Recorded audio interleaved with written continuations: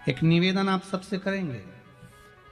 दुख है ना थोड़ा सा अगर आपके जीवन में, शिव जी को आप जल चढ़ाना चालू कर दीजिए।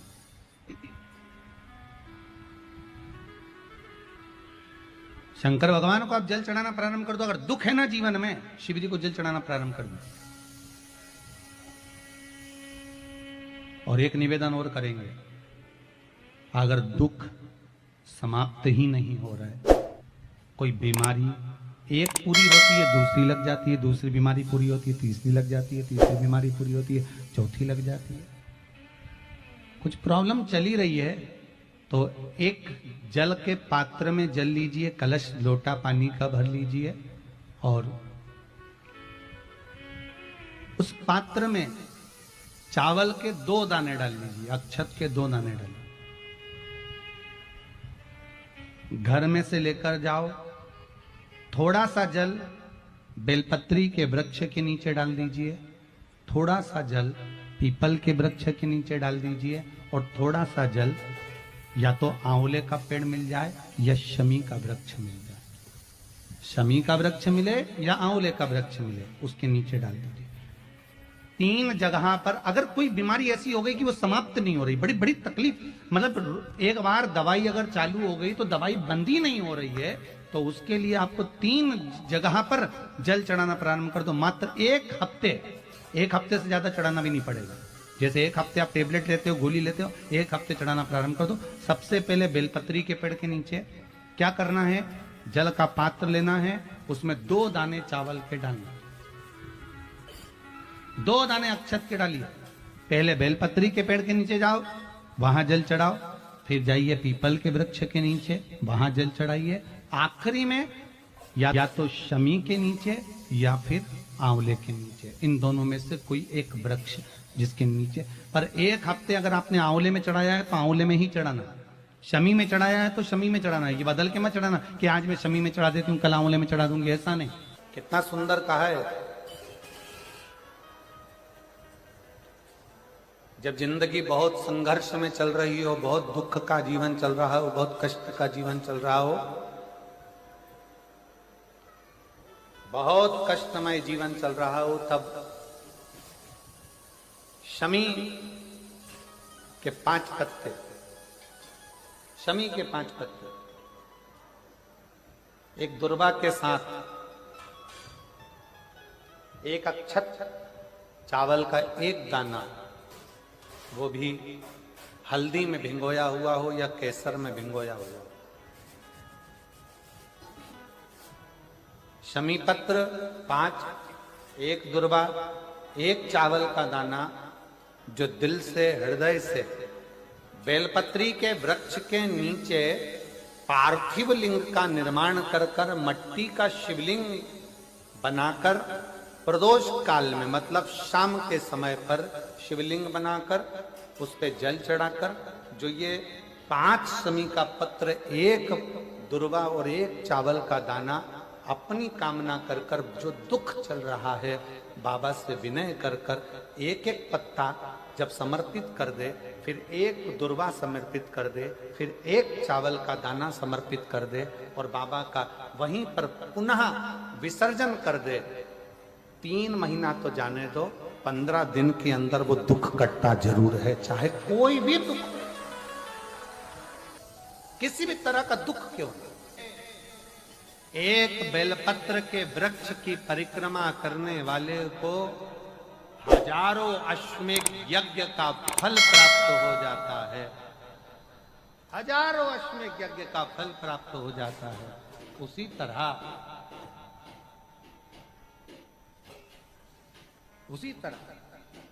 एक पार्थिव लिंग का निर्माण करने वाले को, मिट्टी का शिवलिंग का निर्माण कर कर पूजन करने वालों को 12 ज्योतिर्लिंग के शिवलिंग के दर्शन का पुण्य फल प्राप्त। जो इंद्रियां हैं, इन 11 इंद्रियों में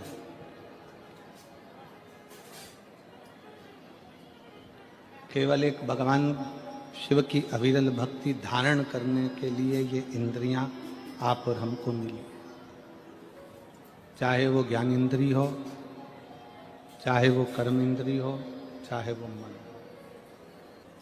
कोई कह रहा था कि गुरुजी, शंकर जी के मंदिर में जाने से, भगवान शंकर के मंदिर में पहुंचने से, जाने से क्या हमारा दुख कट जाता है?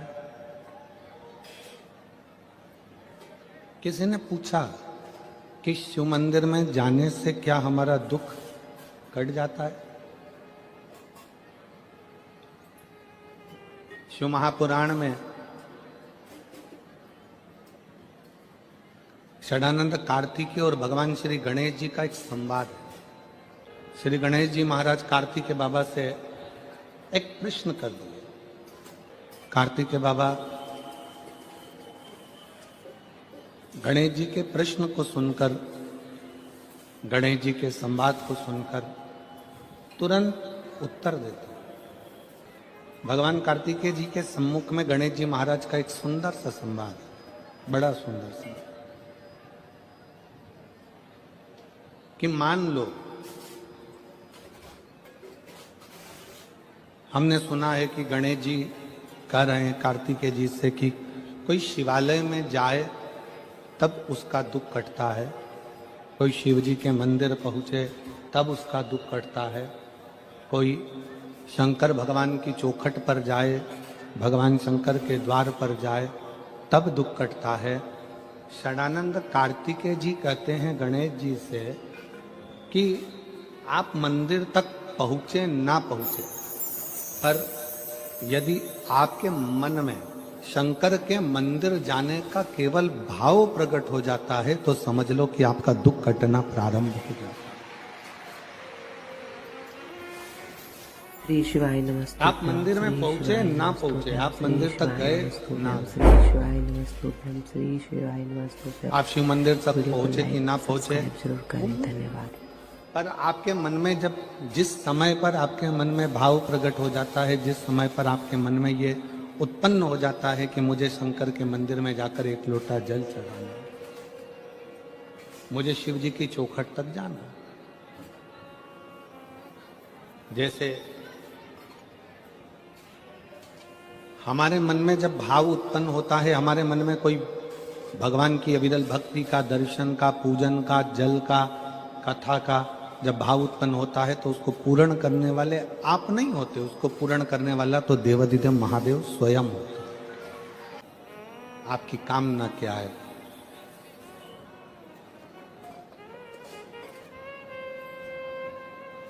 शिव महापुराण एक कल्प वृक्ष है। कल्प वृक्ष का मतलब क्या होता है? जिसके नीचे बैठकर जो कामना करी जाए वो पूर्ण होती है। यहां कोई दूसरा नहीं है। शिव महापुराण पंडाल, शिव महापुराण जिस भूमि पर होता है 7 दिन वो भूमि तुम पंडाल में जगह नहीं मिले, हमने पहले भी कथाओं में कहा, अपने साथ में लेकर चला करो एक छाता, 2 पानी की बोतल, एक बिछाने का और एक ओढ़ने का। 2 पानी की बोतल किसके लिए? एक अपने लिए, एक अपनी अड़ोसन पड़ोसन पीछे वाली धड़ोसन के लिए। उसके अपन किसी को कुछ नहीं दे सकते, अपनी पड़ोसन को थोड़ा सा पानी तो पिला सकते हैं। पंडाल में किसी का मुख झूठा करा देना, समझ लेना कि भोलेनाथ ने तुम्हारा भंडार खोलना प्रारंभ कर दिया। किसी का मुख झूठा करा देना, एक जरा सी टॉफी खिला दी, कोई ने बिस्कुट खिला दिया, कोई ने कोई सामान घर से बना कर लिया है, कई लोग पूड़ी लाते हैं, कोई चाय पिलाता है, कोई कॉफी पिलाता है, कोई दूध पिलाता है, कोई सामग्री लाता है, रात दिन लोग सेवा करते। ये शिव महापुराण का पंडाल नहीं, ये कुबेरेश्वर बाबा का कल्प वृक्ष है, जिस वृक्ष के नीचे बैठकर जो मांगा जाता है वो प्राप्त हो जाए, वो प्राप्त हो। आप सब बैठकर जो भगवान शंकर की अविरल भक्ति करते हो, भजन करते हो, स्मरण करते हो, कीर्तन करते हो, ये उसका रस। किस रूप में शिव यहाँ आते हैं, किस रूप में भोलेनाथ यहाँ बैठकर कथा का रस तत्व ग्रहण करते हैं, किस रूप में भगवान शंकर कथा का वाचन करते हैं, किस रूप में भगवान शंकर कथा करवाते हैं, ये वही जान सकते। शिव कथा कर रही है। कनक कुंडला, रत्नभद्र, यक्ष दोनों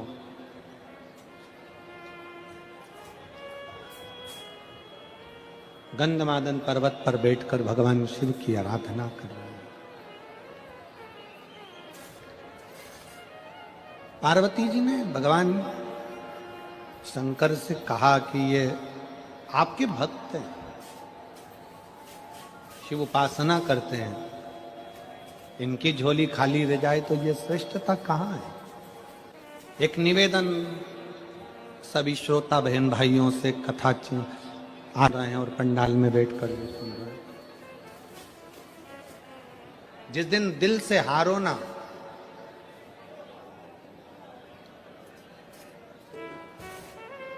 थोड़ी तकलीफों में अगर घिर जाओ, तकलीफें आ जाए, कष्ट आ जाए, तकलीफें जिस दिन तुम्हारे भीतर बहुत ज्यादा मात्रा में आ जाए, उस दिन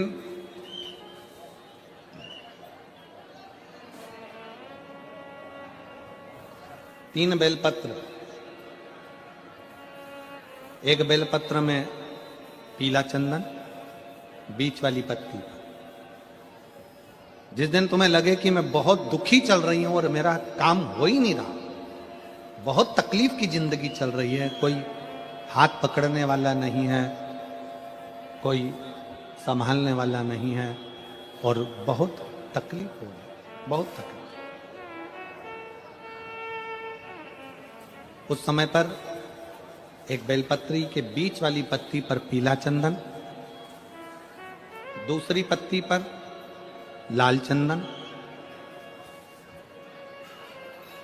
और तीसरी पत्ती पर 11 चावल गीले, पानी में उसको थोड़ा सा भिगो लें या धो लें, 11 चावल गीले शिव जी की उस पत्ती पर रखी। सबसे पहला पीला चंदन का बेलपत्र, दूसरे नंबर पर लाल चंदन का बेलपत्र, तीसरे नंबर पर जो 11 चावल आपने धोकर रखे हैं वो हाथ की हथेली में रखना है और हाथ की हथेली में रखकर अपनी कामना कर कर भगवान शंकर से विनय कर कर पंचाक्षर मंत्र नमः शिवाय या षडाक्षर मंत्र ओम नमः शिवाय या श्री शिवाय नमस्तुभ्यम बोलकर उस बेलपत्र पर सीधे हाथ में रखकर उल्टे हाथ का स्पर्श कर कर बाबा से अपने मन के भाव कहकर शंकर के शिवलिंग पर उसे समर्पित कर दीजिए। एक ही लोटा जल, जहां से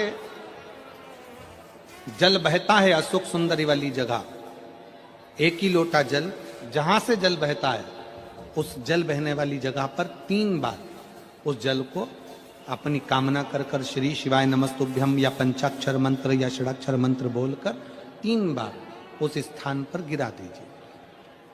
गिराने के बाद में बाबा से विनय कर कर अक्षत वाली जो बेलपत्र है, एक बेलपत्र और एक अक्षत उसमें से अपने लिए लेकर आ जाओ।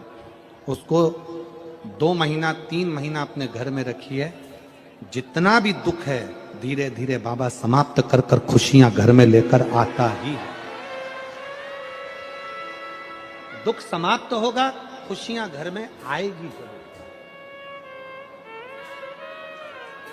दुनिया का सबसे बड़ा डॉक्टर है मेरा देवाधिदेव महादेव, और दुनिया की सबसे बड़ी दवाई है तुम्हारा विश्वास, तुम्हारा भरोसा। ये दुनिया की सबसे बड़ी दवाई है। जिस दिन तुम्हारा भरोसा, तुम्हारा विश्वास प्रबल हो जाएगा, उस दिन शिव तत्व अपने आप प्राप्त हो जाएगा।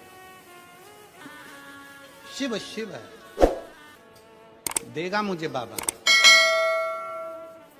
कनक कुंडला ने अपने पति रत्नभद्र से कहा कि मुझे मेरे शंकर पर भरोसा, और मेरी जीजियों मेरे जीजाओं, मेरी बेटियों, बेटाओं, मेरी माताओं, सुरतिया लालाओं,